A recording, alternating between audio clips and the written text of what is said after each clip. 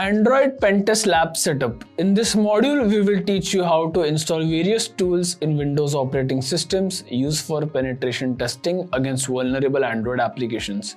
The tool we will be discussing henceforth are Genymotion.